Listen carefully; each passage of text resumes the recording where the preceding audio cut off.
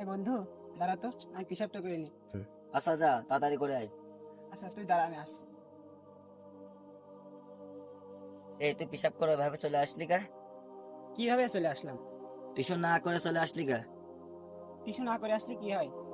তুই জানিস নে টিউশন না নিলে শরীর না পাকা যায়। ধুর পাগল, না পাক হবি কে? শোন, তুই যেটা জানিস নে সেটা তোর সঠিকভাবে জানার দরকার আছে। ওই দেখ ইমাম সাহেব আসতেছে। কি ব্যাপার? তোমরা এখানে দুজনে দাঁড়িয়ে কি আলোচনা করতেছো? ইমাম সাহেব, আমার এই বন্ধু পেশাব করে টিউশনে নেয় পানিও নেয় নাই। ও আচ্ছা আচ্ছা, বুঝতে পেরেছি।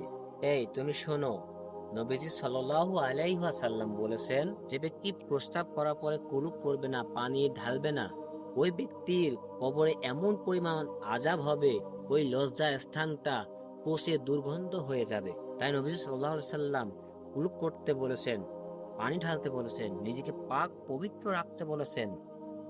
আর তুমি ওর সঙ্গে কথা কাটাকাটি করতেছো মনে হলো। এটা করবে না।